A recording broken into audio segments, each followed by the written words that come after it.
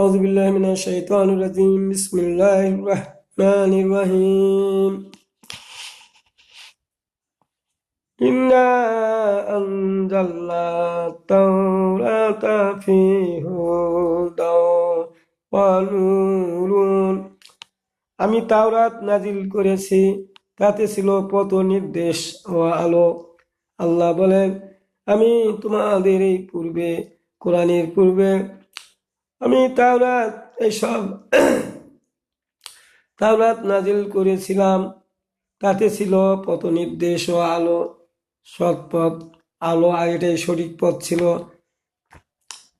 ইয়াকুমু বিহান নাবিয়্যুনাল্লাযীনা আসলামু লিল্লাযীনা হাদু ওয়ার-রাব্বানিয়্যুনা ওয়াল-আহবারু বিমা ইসতুহফিযু মিন কিতাবিল্লাহি ওয়া কানু আলাইহি শুহাদা ফালা আকাশাউন নাসা ওয়াখাশাউনি ওয়ালা তাশতারু বিআয়াতি সামানান কালিলা। প্রথম আয়াতটি হলো ৪৪ নম্বর আয়াত, এটাও ৪৪ নম্বর আয়াত। সমস্ত নবীরাই মুসলিম ছিল। আল্লাহ বলছেন সব নবীরাই মুসলিম ছিল। সেই অনুযায়ী ইহুদি হয়ে যাওয়া লোকদের যাবতীয় বিষয়ের ফয়সালা করত, আর এভাবে রব্বানি আহবার এর উপর তাদের ফয়সালার ভিত্তি স্থাপন করত, কারণ তাদেরকে আল্লাহর কিতাব সংরক্ষণের দায়িত্ব ছিল তাদের উপর আল্লাহর কিতাবের দায়িত্ব ছিল, আর এরাই এই বিচার ফয়সালাগুলা করত। তারা ছিল এর উপর সাক্ষী। কাজেই হে ইহুদি গোষ্ঠী, তোমরা মানুষকে ভয় করো না, বরং আমাকে ভয় করো, আল্লাহকে ভয় করো, এবং সমালোচনা সামান্য তুচ্ছ মূল্যের বিনিময়ে আমার আয়াত বিক্রি করা পরিহার করো। মানে এই আয়াত দ্বারা যেটা বোঝানো হচ্ছে সেটা হলো এই যে এদের বিচারের উপর এদের উপর ভারাপন দিয়েছিল আল্লাহ। যারা তাওরাত কিতাব বুঝবে, যারা ওই কিতাব অনুযায়ী যারা চলাফেরা করবে, তাদের ছিল এটা বিচারের ভারাপন। তারা কিন্তু সহজটা গ্রহণ করে আর কঠিন গুলোকে এড়িয়ে যায়। আর এই যাওয়ার কারণে যে পরিণতি ঘটলো সেটা হলো এই, ধনীদের যখন কোনো কেউ অপরাধ করে বা ধনীদের মধ্যে কেউ অপরাধী হয়ে যায়, তখন তাদেরকে তারা কিছু ঘুষ নিয়ে, টাকা নিয়ে তাদেরকে ছেড়ে দেওয়া হয়। আর কিছু লোক যারা গরিব শ্রেণীর মানুষ, যারা অপরাধ করে, যারা অন্যায় করে, তাদেরকে তারা পুরোপুরি শাস্তি দিয়ে দেন। এই বৈষম্য তৈরি করার কারণে আল্লাহ তাআলা শেষ আয়াতের শেষ দিকে বললেন, তোমরা যদি আমার আইন বাদ দিয়ে তোমরা নিজের খেয়াল খুশি অনুসরণ করে চলো। আল্লাহ বলছেন, ওয়া মাল্লাম ইয়াকুম বিমা আনজালাল্লাহু ফাউলাইকা হুমুল কাফিরুন। আল্লাহ তাদেরকে বললেন যে তোমরা যদি আমার আইন বাদ দিয়ে মানুষের তৈরি, তোমাদের নিজেদের তৈরি আইন দিয়ে বিচার করো, তাহলে তোমরা কাফির হয়ে যাবে। আর যারা করেছো তারা কাফির হয়ে গেছো, যারা ভবিষ্যতেও করবে তারাও কাফির হয়ে যাবে। এই সতর্কবাণী আল্লাহ ওই সমস্ত লোকদেরকে দিয়ে দিলেন। এটা ইহুদিদের দিয়ে দিলেন। ইহুদিদের জন্য এই আয়াতটা নাজিল করা হয়েছে। তাহলে ৪৪ নম্বর আয়াতের শেষের দিকে এটা ইহুদিদের উপর বলা হয়েছে, তোমরা যদি ওই তাওরাত কিতাবের কথা না শোনো তাহলে তোমরা ক্ষতিগ্রস্ত হয়ে যাবে। আর তোমরা সবাই তোমাদের উপর যে দায়িত্ব আল্লাহ দিয়েছিল সেই দায়িত্ব পালন না করার কারণে তোমরা ক্ষতিগ্রস্ত হয়ে পড়বে। আর যদি তোমরা শেষ পরিণতিতে তা না মানো তাহলে তোমরা সবাই কাফির হয়ে যাবে। সকল নবীগণই ছিলেন মুসলিম। অন্যদিকে এই ইহুদিরা ইসলাম থেকে সরে এসে সাম্প্রদায়িক দলাদলিতে লিপ্ত হয়ে কেবল মাত্র ইয়াহুদীদের হিসাবেই থেকে গিয়েছিল। তারা ইহুদি থেকে গিয়েছিল মানে আলেমগণ এবং আহবার মানে হলো ফকি, এরা জ্ঞানী ব্যক্তি। এরাই কিন্তু ওইভাবে বিকৃতি করত পয়সার লোভে। এরা সামান্য মূল্যে তারা আল্লাহর কোরআনকে বিক্রি করে দিল, দিয়ে কাউকে বাঁচালো, কাউকে শাস্তি দিল। এই ধরনের কর্মকাণ্ডগুলো করেছিল ইহুদিরা। এইবার দেখেন সূরা মাইদার 45 নম্বর আয়াত। এতে আল্লাহ কি বলছে শুনেন।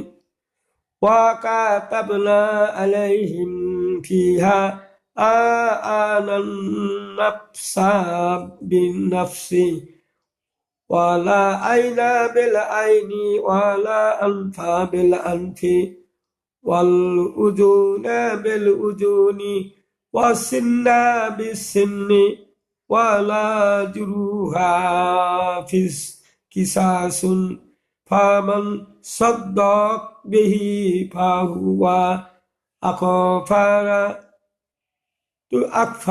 আকফারাতুল্লাহ। তাদের জন্য ইহাতে বিধান দিয়েছিলাম। এই আয়াতে বলা হচ্ছে তাদের জন্য বিধান দিয়েছিলাম যে প্রাণের বদলে প্রাণ, চোখের বদলে চোখ, নাকের বদলে নাক, কানের বদলে কান, দাঁতের বদলে দাঁত, জখমের বদলে অনুরূপ জখম। অতএব কেহ ইহা ক্ষমা করিলে তাহার পাপ মোচন হইবে। যদি কারো হাত কেউ যদি কেটে দেয়, অনুরূপ ভাবে তার হাত কেটে দিতে হবে। কেউ যদি চোখ কারো খুলে নেয়, অনুরূপ ভাবে তার চোখ খুলে নিতে হবে, কেসাস।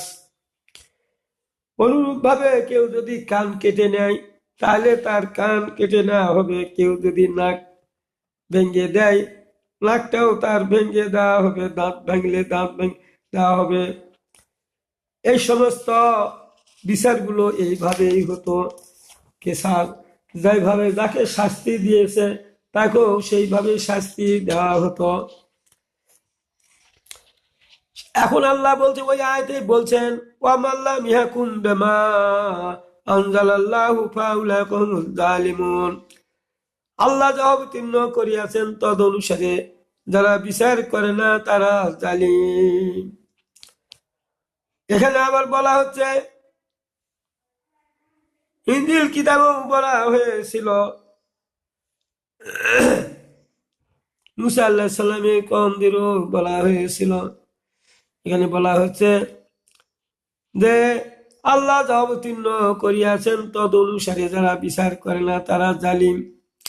যে ব্যক্তি সদগার নিয়তে কেসাস মাফ করে দেবে তার জন্য নেকটি তার অনেক গুনাহ কাফারা হয়ে যাবে। এখানে বলা হচ্ছে যারা অপরাধ করে ফেলে, কোনো ক্ষতি করে কোনো মানুষের, সে যদি নিজে ওই ব্যক্তিকে মাফ করে দেয়, এর বিনিময়ে আল্লাহ তার অনেক গুনাহ মাফ করে দিবেন হবে। ঠিক একই ভাবে গুনাহ মাফ করে দেওয়া হবে। মুসা আলাইহিস সালামের কওমের জন্য এটা ছিল। ঈসা আলাইহিস সালামের কওমদের জন্য কি ছিল দেখো।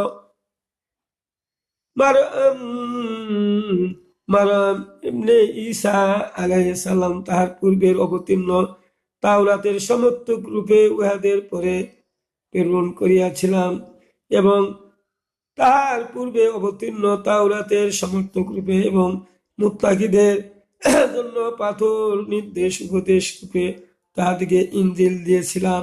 উহাতে তাহারা পথের নিদর্শন আলো।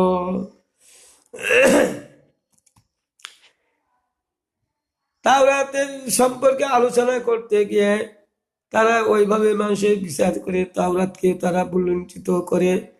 তারপর ঈসা আলাইহিস সালামের উপরও তাদের উপর ইনজিল কিতাব নাযিল হয়, তারা ওই একই নিয়মে বিচার শুরু করলো।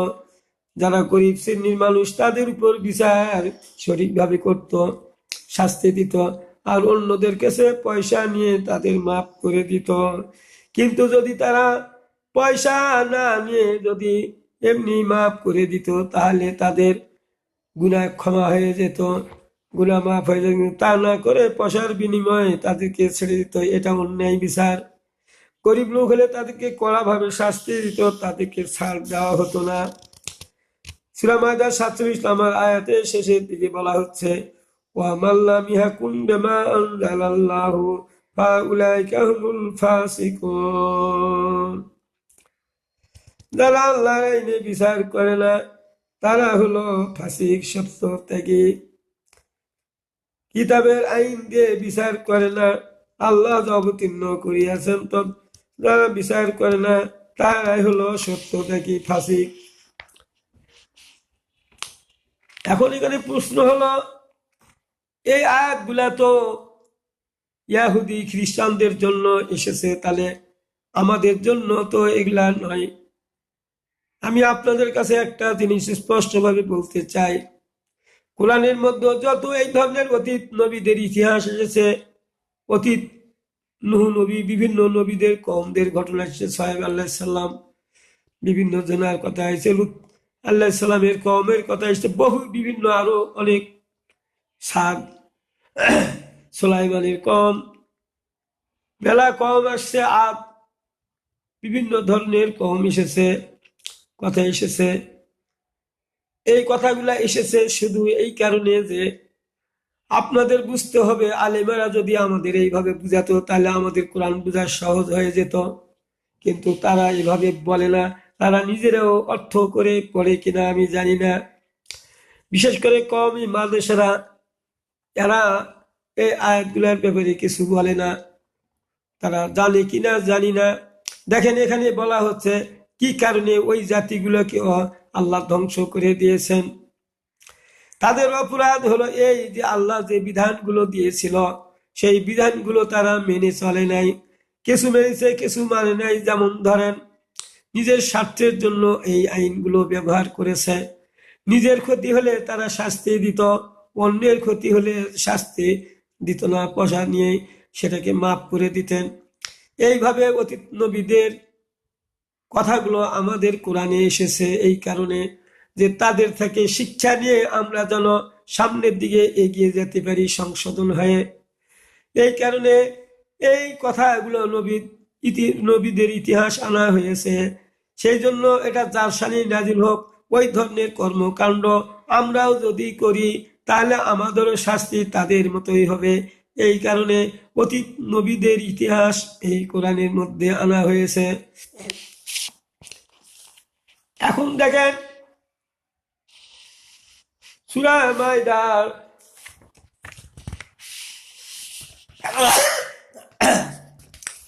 মায়দার 48 নম্বর আয়াতে আল্লাহ তাআলা বলছেন, ওয়া আনজালনা ইলাইকাল কিতাবা বিল হাক্কি মুসাদ্দিকাল লিমা বাইনা ইয়াদাইহি মিনাল কিতাবে ওয়া মুহাইমিনান আলাইহি ফাহুকুম বাইনাহুম বিমা আনজালাল্লাহু ওয়া লা তাত্তাবিউ আহওয়াআহুম আম্মা যাকা মিনাল হক লিকুল্লিন জাআলনা মিনকুম শিরাতাও ওয়া মিনহাজান ওয়া লাউ নাশাআল্লাহু লাজa'alna লাকুম উম্মাতাও ওয়াহিদাতাও ওয়ালা কিল্লি ইয়াবিলু ওয়া কুল ফিমা আতাকুম ফাস্তাবিকুল খায়রাত ইল্লা লিল্লাহি মারজিউকুম জামিয়ান ফায়ুনাব্বিউকুম বিমা কুনতুম ফিহি তাখতালিফুন। আল্লাহ বলছেন, হে মুহাম্মদ, তোমার উপর সত্য সহ কিতাব অবতীর্ণ করিয়াছি, দেখেন, এইবার আল্লাহ রসুলকে, আমাদের নবীকে স্পষ্ট করে বলছেন, হে নবী, তোমার উপর আমি সত্য সহ কিতাব অবতীর্ণ করিয়েছি, পূর্ববর্তী কিতাবের সমর্থক সংরক্ষণ রূপে। ওই যে পূর্ববর্তী যে তাওরাত, ইনজিল, জব্বর, এই সমস্ত কিতাব এসেছিল, এই কিতাবগুলো এই কোরআনে তাদের কথা তুলে ধরে সংরক্ষণ করা হয়েছে কোরআনের মধ্যে। সুতরাং আল্লাহ যা অবতীর্ণ করিয়াছেন তদ অনুসারে তুমি তাহাদের মানুষের বিচার নিষ্পত্তি করিও। দেখেন, আল্লাহ এখানে আবার রসুলকে বলতেছে, আল্লাহ রসুলকে বলতেছে যে মানুষের বিচার নিষ্পত্তি করিও কোরআন দিয়ে। যে সত্য তোমার নিকট আসিয়াছে তাহা ত্যাগ করিয়া তাহাদের খেয়াল খুশি অনুসরণ করো না। আল্লাহ বলছে, তারা যেরকম ভাবে নিজের কিতাবকে বিকৃতি করে সহজগুলা গ্রহণ করে কঠিনগুলো এড়িয়ে যায় এবং অন্যদের বিচার করলে সঠিক ভাবে বিচার করে, নিজেদের মধ্যে কেউ কিছু অন্যায় কাজ করলে তা বিচার করে না। আবার অনেক ধনীদের বিচার করে না, টাকা পয়সা নিয়ে ছেড়ে দেয়। গরিবেরা টাকা পয়সা দিতে পারে না, তাদেরকে কঠিন শাস্তি দেওয়া হয়ে যায়।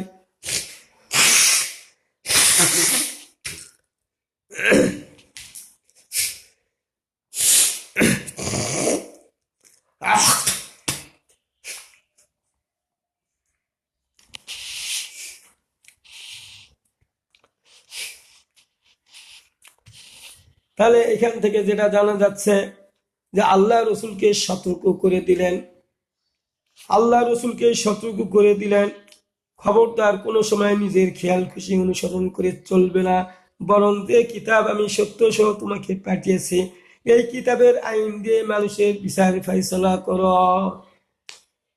এখন আমি আপনাদের কাছে প্রশ্ন করি, আপনি আল্লাহর কথা মেনে চলবেন না মানুষের কথা মেনে চলবেন?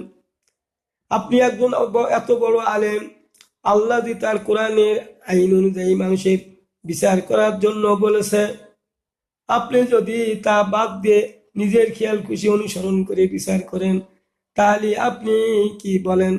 যারা আল্লাহর আইন মানে না তারা কাফির। আল্লাহ নিজেই বলছে তারা ফাসিক, তারা জালিম। যারা আল্লাহর আইন মেনে বিচার করে না তারা তো ফাসিক, জালিম, কাফির। তাহলে ভাইরা আমার, তাহলে এই আইনগুলো নিয়ে আসতে গেলে আপনার কি করতে হবে? এই আইনগুলোকে নিয়ে আসতে গেলে অবশ্যই রাষ্ট্র ক্ষমতা দরকার হবে। রাষ্ট্র ক্ষমতা দরকার হবে এই কারণে রসুল সাল্লাল্লাহু আলাইহি সাল্লাম তিনি বলেছিলেন সুলতানান নাসিরা। যা আল্লাহ, আমরা একটা প্রথমে স্মরণ আসতেছে না, তো যাই হোক, সুলতানান নাসিরা, যে আল্লাহ আপনি আমাকে রাষ্ট্র ক্ষমতা দাও, কারণ আমি এই সমস্ত অন্যায় অনাচারের বিরুদ্ধে বিচার ফয়সালা করব, আর এই সমস্ত অন্যায়কারীদের বিরুদ্ধে কঠোরভাবে শাস্তির ব্যবস্থা করব। আপনি আমাকে ক্ষমতা দিন। আর আপনারা বলেন রসুলকে রাষ্ট্র ক্ষমতা দিতে চেয়েছিল, রসুল নেই নাই। হ্যাঁ, হাদিস তো আছে রসুল নেই নাই কেন মক্কাতে? মক্কাতে তো আমাদের বেশি লোক ছিল না, মাত্র ৭৭-৭৬ জন, ৭৫ জন লোক ছিল। এই লোক দিয়ে তো একটা রাষ্ট্র পরিচালনা করা সম্ভব নয়, আরো তো বহুত লাগবে। তাহলে ওইখানে যদি রসুল রাষ্ট্র ক্ষমতা নিত, তাহলে পররাষ্ট্রমন্ত্রী, অর্থমন্ত্রী কে হতো, খাদ্যমন্ত্রী কে হতো, কে হতো স্বরাষ্ট্রমন্ত্রী, কে হতো বিচার বিভাগের মন্ত্রী, আইন মন্ত্রী, কে হতো পররাষ্ট্রমন্ত্রী, কে হতো শ্রমিকদের মন্ত্রী, কে হতো কৃষিমন্ত্রী। এইভাবে এগুলা কোথায় লোক পাইতো? রসুল পাইতো না। সেই জন্য মক্কাতে রসুল ক্ষমতা নেন নাই। আর ওই কথাটা আপনারা তুলে ধরেন আমাদের কাছে, যারা আমরা আল্লাহর জমিনে আল্লাহর আইনের মাধ্যমে মানুষের সকল সমস্যার সমাধান করতে চাই। তাদেরকে ঠকানোর জন্য, তাদেরকে ঠকিয়ে দেওয়ার জন্য আপনারা শর্ট করে ওই হাদিসটা নিয়ে আসে বলেন ওই তো রসুলকে তো দিতে চাওয়া হয়েছিল, তিনি তো ক্ষমতা নেন নাই, আপনারা কেন ক্ষমতা নেন? ও বুঝেছি, তোমরা ক্ষমতা চাও টাকার লোভে। হাল তারা জাল হে, মাকসুদ তেরা মাল হে, আজব তারা চাইল হে, লাখো কান্দা কর দিয়া। ওরা মনে করে যে আমরা যেমন মাল কামের ধান্দায় ঘুরি, মাল কামানোই আমাদের উদ্দেশ্য, আমাদের পোশাক আশাক লেবাস সব আমাদের ভুয়া, আমরা এগুলা মানুষকে দেখাই এই কারণে যে আমরা বড় আল্লাহ, যত তোমাদের জাকাত আছে, যত ওষুধ আছে, সবগুলো আমাদের দাও, এ লাভেই আমরা এই কাজটা করি। সেই জন্যই তারা মনে করে হয়তো ওরাও ক্ষমতা চাচ্ছে, এই কারণেই তারা রাষ্ট্র ক্ষমতা চাচ্ছে, তারাও মারে দূরে খাওয়ার জন্য। অথচ তারা এই আয়াতগুলো ভুলে যায়। আল্লাহ স্পষ্ট করে বলছেন, হে মুহাম্মদ, আমি অবতীর্ণ করিয়াছি তোমার উপর যে কিতাব অবতীর্ণ করিয়াছি, আর এই কিতাবটা পূর্ববর্তী কিতাবের সমর্থক, সংরক্ষক, এবং বর্তমানেও তিনি এই কিতাব আল্লাহ নাজিল করেছেন যে তোমরা এই আইনে তোমরা মানুষের বিচার ফাইসালা করবে, নিজের খেয়াল খুশি অনুসরণ করবে না। তাহলে আমি আলেমদের বলছি, এই আয়াতগুলা কি আপনারা দেখতে পান না? এই আয়াতগুলা তো সরাসরি রাজনীতির আয়াত, এই আয়াতগুলো সরাসরি রাজনীতির আয়াত। আপনি রাজনীতির আয়াত মনে করেন, তাহলে আমি আপনাদের বুঝাতে চাই, বলতে চাই যে রাসূল সাল্লাল্লাহু আলাইহি সাল্লাম বিচারগুলা করেছেন কোন শক্তির মাধ্যমে? অবশ্যই মদিনাতে গিয়ে রাষ্ট্র ক্ষমতা পাওয়ার পরে এই সমস্ত কেসাস, এই সমস্ত বিচারগুলো রাসূল করেছেন। তো আপনারা বলেন কোরআনের আইন মানেন, আপনারা কোরআনকে মানেন, আপনারা কোরআনের হেফাজতকারী। তো কোরআনের হেফাজতকারী মানে কি? কোরআনের হুকুম হাকাম গুলা মেনে চলেন, অন্যদেরকেও তা মেনে চলার জন্য আহ্বান জানান, এবং যা নিষেধ করা হয়েছে তা থেকে নিজেও বিরত থাকেন, অন্য মানুষদেরকেও বিরত রাখার চেষ্টা করেন। আপনারা কি তা করছেন? করছেন না। আপনারা কিসের হেফাজত করেন? এই হেফাজতে বলে, বরং এখন আমি আপনাদের বলতে পারি, এটা আমাদের দোষ দিবেন না আমার। আপনারা যেমন বলছেন যে যারা ধর্ম ব্যবসায়ী, এরা ধর্ম ব্যবসা করে, তাহলে আপনারা কি? আপনারা কোরআনের কথা মানেন না, তাহলে তো আপনারা ধর্ম ব্যবসায়ী। আল্লাহর হুকুম হাকাম মানেন না, তাহলে তো আপনারা ধর্ম ব্যবসায়ী।